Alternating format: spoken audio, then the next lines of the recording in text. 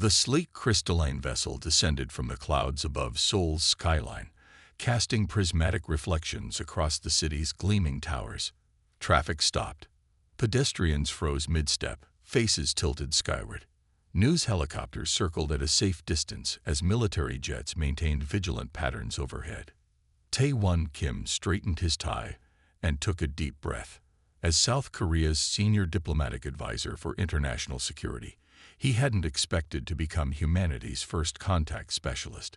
Yet here he stood at Yeouido Park, surrounded by a hastily assembled team of linguists, scientists, and military personnel. "Remember," he told his team quietly, "we represent all humanity now, not just Korea."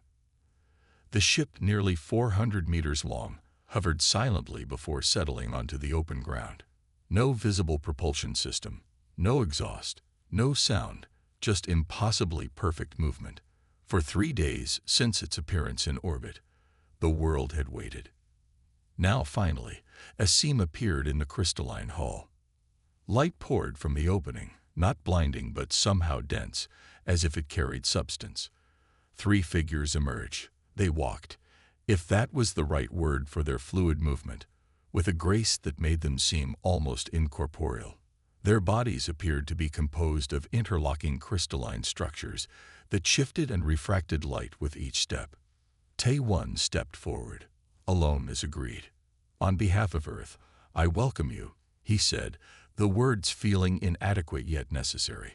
The central figure, taller than the others, and with a complicated lattice structure that seemed to pulse with blue-green light, extended what might have been an arm. From it emerged a small sphere that floated toward Tae-won. "It is a translator," came a voice directly into his mind, clear but distinctly artificial. "We are the Varen. We have returned home." Those 5 words sent a chill through Tae-won, but he maintained his diplomatic composure. "Returned?" he asked carefully. The sphere pulsed. "This world was ours before it was yours. We left when the Great Cooling came, 30,000 of your years ago. Our ancestors promised to return when the world warmed again." Within hours, the Varen representatives were meeting with an emergency assembly of world leaders in Seoul. Tae-won sat beside the South Korean president, watching as the Varen, who had introduced themselves as Sel, Moa, and Duri, presented their evidence. 3-dimensional star charts materialized above the conference table, showing Earth's position and apparent migration patterns. Ancient structures appeared next, ruins that matched no known human civilization, but bore striking resemblance to the crystalline architecture of the Varen vessel. "We do not wish conflict," said Sel, the apparent leader. "We acknowledge that humans have built civilizations here, but we claim our ancestral territories by right of prior habitation." The Chinese premier leaned forward. "And what territories do you claim?" Moa, the smallest of the Varen, raised what resembled arms. A map of Earth appeared, with nearly 30% highlighted in pulsing light, including much of East Asia, Australia, and parts of the Americas and Africa. The room erupted. The American president stood up, face flushed. The Russian leader began a heated exchange with his advisors. The Brazilian representative was shouting about sovereignty. Throughout the chaos, Tae-won remained still, studying the maps and data. Something didn't align. The ruins the Varen showed were supposedly 30,000 years old, yet they appeared intact in ways that contradicted normal erosion patterns. And the star charts, there was something about the stellar drift calculations that nagged at him. Later that night, as world leaders argued about response strategies, Tae-won slipped away to his office. He connected with Dr. Jin, an archaeologist friend at Seoul National University. "The dating seems wrong," Dr. Jin said after reviewing the images. "If these structures were exposed to Earth's atmosphere for 30,000 years, they would show different weathering patterns." Tae-won nodded, pieces falling into place. "And look at these star positions. The Varen claim they left during the last ice age, but these charts show stellar positions much more recent." A knock at his door interrupted them. It was Duri, the quietest of the Varen delegates. "You have questions," Dury said, the translator sphere hovering nearby. I sensed your doubt during the presentation. Tae-won hesitated, then decided on directness. The evidence has inconsistencies. If you truly inhabited Earth before, why do your artifacts appear too well preserved? Why do your star charts not match the stellar drift expected over 30,000 years? Dury's crystalline form shifted colors slightly, from blue to violet. Was that discomfort? Our leaders believe humans will yield more readily to ancestral claims than to superior technology, Dury said finally. The truth is more complicated than Cell has presented. Tae-won felt a chill.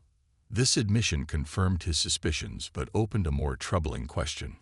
What did the Varen really want with Earth? Hana Park shoved her rain-soaked hair back from her face and stared at the strange formation in the cave wall. 3 weeks had passed since the Varen landed in Seoul, and the world had shifted on its axis. Now she was knee-deep in mud in a remote cave system in Gangwon Province, chasing a lead that had come across her desk at Seoul National University. Dr. Park, I think you should see this, called her assistant, Min. Hannah sloshed through the muddy water to where Min stood, his flashlight illuminating what appeared to be crystal formations embedded in the stone wall. They glinted with an inner light that no natural Earth crystal should possess. Just like the images from the Varen ship, she whispered, reaching out but stopping short of touching the surface. These formations match the architecture shown in the Varen presentations, the same interlocking geometric patterns, the same prismatic quality. According to their claim, these would be remnants of their ancient outposts on Earth. Hannah carefully extracted a small sample and secured it in a collection tube. Something didn't feel right. If these formations were truly 30,000 years old, they should show signs of integration with the surrounding geology. Instead, they looked almost inserted. Back at her lab, Hannah's suspicions deepened. Under microscopic analysis, the crystal formation showed no signs of the gradual mineral exchange that would occur over millennia of contact with Earth's geology. It was as if they had been placed there recently. I need someone who understands crystal structures at the quantum level, she muttered to herself, reaching for her phone. 2 days later, Jae-ho Lee arrived at her lab. The quantum physicist had been skeptical when she called, but now he stared at her findings with growing interest. These are unlike any natural Earth formation, he confirmed. The molecular structure suggests they're grown, not formed naturally. And look at this. He pointed to a pattern visible only under high magnification. This is almost like a signature or a manufacturing mark. So they're artificial, Hannah said. But are they ancient? Jae-ho shook his head. That's where it gets interesting. I've been studying the Varen themselves. From a distance, of course. Their bodies appear to be crystalline, but they're actually complex carbon-silicon hybrids. I've been developing a dating method based on the decay rate of certain isotopes in their structure. Over the next week, as the United Nations formally recognized the Varen's claim to their ancestral zones, Hana and Jae-ho worked tirelessly. They analyzed samples from 3 different locations where Varen ruins had supposedly been discovered. All the samples showed the same anomaly, Jae-ho said finally, pointing to his data. The silicon-carbon bonding pattern isn't stable in Earth's atmosphere over long periods. If these crystals had been here for 30,000 years, they would have degraded significantly. So they couldn't have evolved here, Hana concluded. Not just that. These ruins couldn't have been here for more than a few months at most. Meanwhile, across the designated ancestral zones, the Varen began establishing settlements. In Australia's outback, they erected towering spires that drew moisture from the air, creating oases in formerly barren land. Along the Korean coast, they built structures that extended into the sea, glowing with soft light at night. Hana obtained permission to visit one such settlement near Busan. A Varen guide named Rin led her through their construction site. Humans weren't allowed inside completed structures, but even from the perimeter, Hana could see technology that defied understanding, objects that floated without support, lights that responded to thought, materials that changed properties when touched. "How do you build so quickly?" she asked Rin. "We grow our dwellings," Rin explained through the translator sphere. "The seeds contain all necessary instructions." "Like DNA," Hannah suggested. "Similar, but more deliberate. Your DNA evolved through chance. Ours we have designed." That evening, Hannah met Jeho at a small restaurant far from any Varan settlement. "I've cross-referenced their biology with every known Earth organism," Jeho said quietly. "The Varan couldn't have evolved here. Their basic molecular structure requires elements in combinations that don't occur naturally on Earth." Hannah pushed her untouched food aside.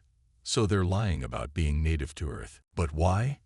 If they have technology this advanced, why not just demand territory outright?" "Maybe because humanity would unite against an invader," Jeho suggested. "But an ancestral claim creates division, confusion." Hannah's phone buzzed with a message. It was from Ta-1 Kim, the diplomat who had first met the Varan. The message was brief but urgent. "Meet me tomorrow. I have a contact inside the Varan delegation. What we suspected is true. They never lived here before." Hannah looked up at Jeho. "We need proof that will convince the world leaders. Something undeniable." "I think I know how," Jeho said. "But we'll need access to a Varan, the living one." Hannah thought of Rin, who had seemed almost friendly during their tour. "I might be able to arrange that, but we'll need to be careful. Very careful." The United Nations General Assembly Hall buzzed with tension. Extra security guards lined the walls. World leaders shifted nervously in their seats. On the large screens above the podium, images of crystal formations cycled through, some from Varan presentations, others from Hannah and Jeho's research. Hannah gripped the edge of the podium, her knuckles white.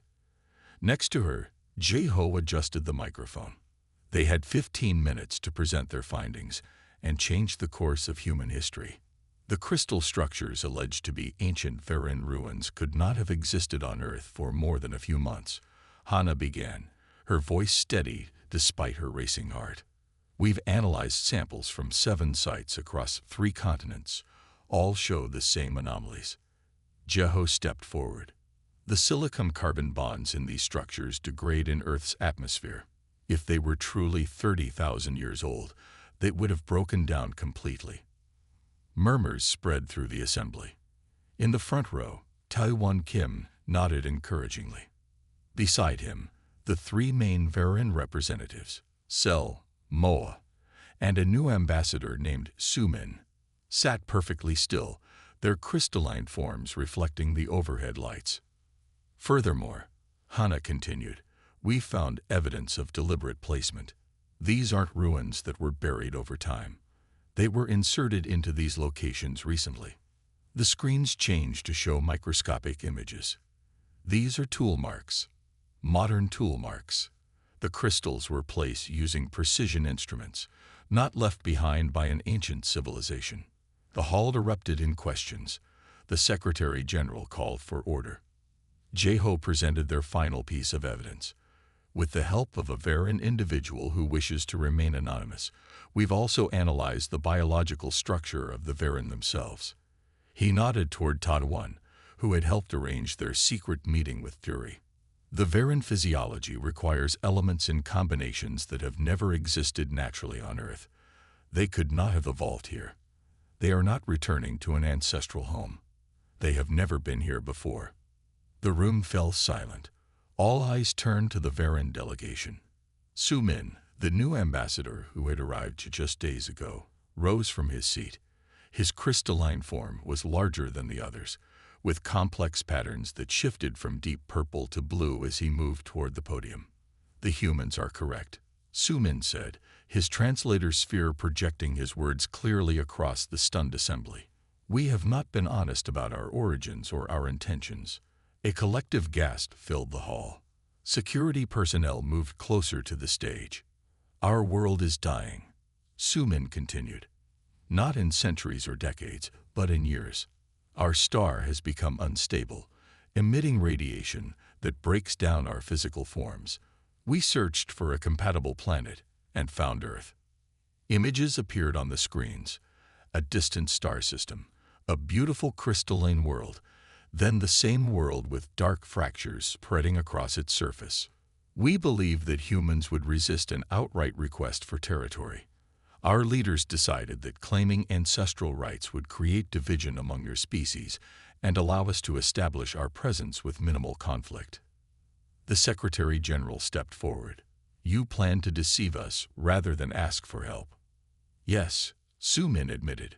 Our council believed humans would reject us as refugees, but might yield to a legal claim backed by apparent evidence and superior technology. We did not anticipate your scientists' ability to detect our deception so quickly. Hannah watched the faces of the world leaders. Shock, anger, fear, and in some cases, a hint of admiration for the Varen's desperate plan to save their people. What do you want from us now? Asked the Secretary General. The truth this time. Xu Min's form shifted, colors swirling. We need sanctuary. Not all the territories we claimed, but enough to house our remaining population, approximately 2 million individuals. We offer our technology and knowledge in exchange. The American president stood up. How do we know this isn't just another deception? That there aren't millions more waiting to come once you've established a foothold? You don't, Su Min acknowledged. But we have now seen that deception will not work. You are more resourceful than our leaders anticipated. 2 humans with limited resources uncovered our plan in weeks. We cannot hope to maintain complex deceptions against your entire species. Tae-Won joined Hana and Ji-Ho at the podium. I believe we should hear them out, he said. They have technology that could help solve our environmental crisis. They need a home. Perhaps there is a way forward that benefits both species. Xu Min's form brightened slightly. There is something else you should know. The reason we chose Earth specifically. He paused. Your planet faces its own crisis. Your climate is changing faster than your models predict. Within 50 years, parts of Earth will become uninhabitable without intervention. Our technology could prevent this. Hannah looked out at the assembly. Some faces showed skepticism, others hope, still others calculation. The revelation had changed everything. But it had also created an opportunity. Humans and Varen now stood at a crossroads, with truth finally between them. The negotiation chamber in Geneva had been renovated specifically for the Varen-human talks. Special lighting accommodated both human vision and the Varen's different visual spectrum. The round table, a symbol of equality, gleamed under the lights as representatives from both species gathered for the 3rd day of discussions. Tae-Won Kim sat between Su Min and the UN Secretary General. The first 2 days had been tense, filled with recriminations and suspicion. Today needed to be different. We've spent enough time dwelling on the deception, Tae-Won said, his voice calm but firm. Now we must look forward. The fact remains that both our species face existential threats. He gestured to the holographic display in the center of the table, showing Earth's rapidly rising temperatures and projected uninhabitable zones by 2075. Our models show that parts of Earth will become too hot for human habitation within 50 years. Meanwhile, the Varen homeworld faces complete destruction from radiation within 5 years. Xu Min's crystalline form shifted slightly, the equivalent of a solemn nod. We have 2 million Varen who need homes. We require specific environmental conditions, but they align with areas your species finds challenging, extremely arid regions, and certain deep ocean territories. The Australian representative leaned forward. The outback could support Varen settlement with minimal impact on human populations, but we need guarantees. As do we all, said the Chinese delegate. How can we trust a species that began with deception? The room threatened to descend into the same circular arguments that had dominated previous sessions. Just then, a young woman rose from the human side of the table. Yoon Ji-moon was only 34, the youngest person on the diplomatic team. As a cultural exchange specialist, she'd spent more time with the Varen than anyone except Tae-Won. Perhaps we're approaching this wrong, she said. Instead of focusing on territories and resources, we should establish common values first. She turned to Sumin. Your people crossed light years to find a new home. You want to preserve your culture, protect your children, continue your way of life. These are values humans understand deeply. Sumin's colors shifted to a warmer hue. Yes, survival alone is not enough. We seek to preserve what makes us Varen. Yunji nodded. Then let's start there. What matters most to the Varen? What would you protect at all costs? Over the next 3 hours, the conversation transformed. Sumin described Varen family structures, collective units that raised children together. He explained their reverence for knowledge preservation and their deep connection to their environment. As the Varen opened up, so did the human delegates.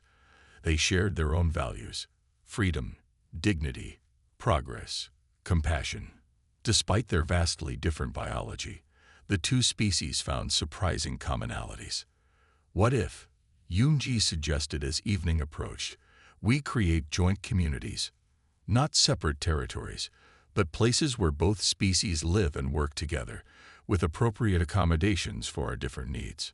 The Saudi representative looked intrigued. Our vast desert regions could support Varen physiology, and we have been searching for sustainable water and energy solutions for centuries. Varen crystal technology can extract water from air too dry for human technology to process. Sumin offered. We could make portions of your deserts bloom. The Brazilian delegate spoke next. Parts of our nation are becoming too hot for comfortable human habitation. If Varen can thrive there while helping restore the environment. Taiwan watched with quiet pride as Yunji facilitated the conversation. She had found the key, connecting through shared values rather than focusing on past deceptions. Over the following weeks, Yunji spent countless hours with both human leaders and Varen representatives. She visited a small Varen community that had been permitted to settle temporarily in Australia's Gibson Desert. There, she met a Varen named Lan who served as a knowledge keeper, responsible for preserving their history and science. As they walked among the crystal structures that had already begun to transform the desert landscape, Lan showed her how Varen technology captured moisture and nutrients from seemingly barren air.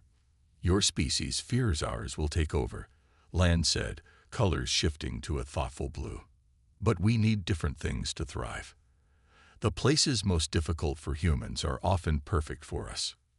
Yunji watched as a small oasis had begun to form around the Varen settlement, with native plants responding to the increased moisture.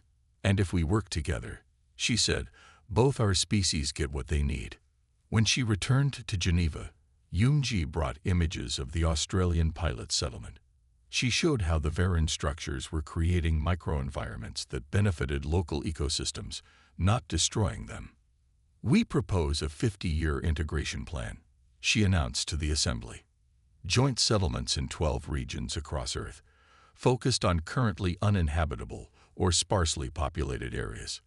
The Varen contribute environmental restoration technology. Humans provide cultural integration and governance frameworks.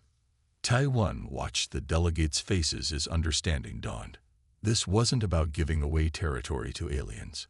It was about transforming Earth's most challenging regions into thriving joint communities while solving both species' survival crises. When the vote came, it was nearly unanimous. The Varen-Human Cooperative Settlement Agreement would begin immediately, with Yunji heading the implementation committee. Taiwan Kim leaned on his cane as he gazed out over New Gibson, the largest human Varen settlement in Australia. Crystal spires rose alongside modern human architecture, catching the morning sunlight and casting rainbow patterns across the central plaza. 10 years ago, this had been barren desert. Now, lush gardens surrounded a bustling community where both species lived and worked together. The transport to the summit is ready, Ambassador, said his young assistant. Taiwan nodded and made his way slowly to the waiting vehicle. At 72, his body wasn't as cooperative as it once was, but his mind remained sharp. He needed to witness today's historic meeting. The vehicle rose silently into the air, using Varen gravitational technology that had revolutionized Earth transportation. Below, he could see humans and Varen moving through their morning routines. Children of both species played together in special parks designed to accommodate their different physiological needs. "Did you ever imagine it would work so well?" asked his assistant. Tae-Won smiled. "I hoped. But hope and reality don't always align. In this case, they had. The early years had been challenging. Cultural misunderstandings, technical difficulties, lingering distrust. But the Varen kept their promises. Their technology transformed deserts, restored damaged ecosystems, and provided clean energy solutions that had helped Earth begin to heal from centuries of environmental damage. Humans, in turn, had helped the Varen establish a new cultural identity. The loss of their homeworld had been traumatic, but integration with human communities gave them purpose. Together, they had built something neither species could have created alone. The transport landed at Summit House, the joint diplomatic headquarters built on what had once been a barren mountainside. Now it was surrounded by gardens that blended earth plants with crystal formations that housed transplanted organisms from the Varen homeworld. Inside, representatives from all 12 integrated settlements had gathered. The reason for today's emergency meeting orbited silently above Earth, an enormous ship of unknown origin that had appeared 3 days ago. Yoon Ji-moon, now Secretary General of the Earth-Varen Alliance, stood at the center of the chamber. At 44, she had become the most respected diplomat of the integration era. Beside her stood Lan, her Varen counterpart, glowing with a steady blue confidence. "The vessel has finally responded to our communications," Yoon-ji announced as Ta-Won took his seat of honor. "They call themselves the Kurandi. They claim Earth was once their colony world, abandoned thousands of years ago. They say they have returned to reclaim their territory." Murmurs spread through the chamber. "Sound familiar?" said Jai-Ho Lee, now director of the Joint Sciences Division.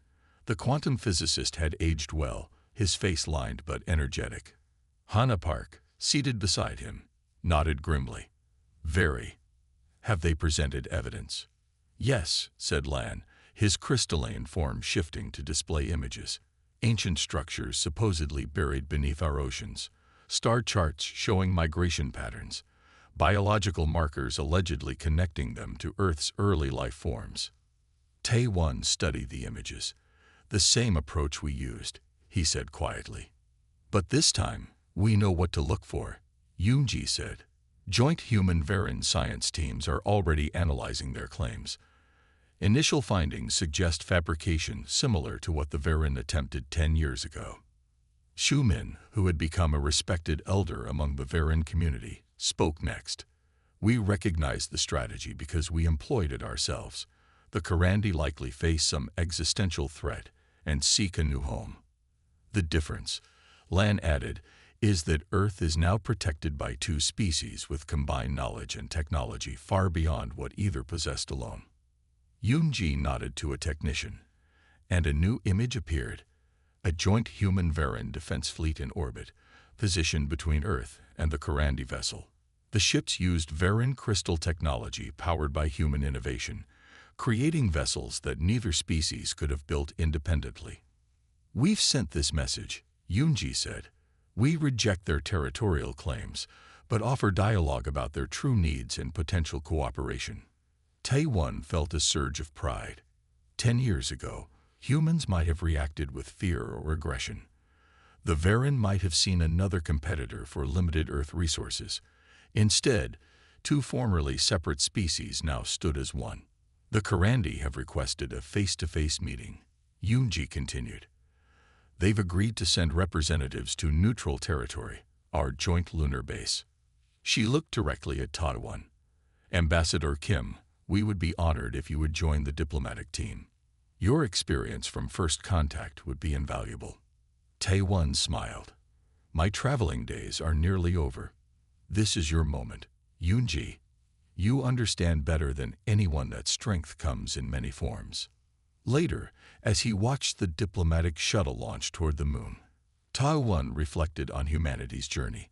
When the Varen arrived, humans could have responded with fear and violence. Instead, they had used intellect to uncover the truth and compassion to find a solution that served both species. Now, as a new challenge approached, he knew that the Human-Varan Alliance would face it not as separate peoples, but as a single community that had learned to value their differences as strengths. Whatever the Karandi truly wanted, they would find not an easy target, but a resilient civilization ready to extend understanding, but only on terms of truth and mutual respect. That Taiwan fought was humanity's greatest achievement among the stars. The end.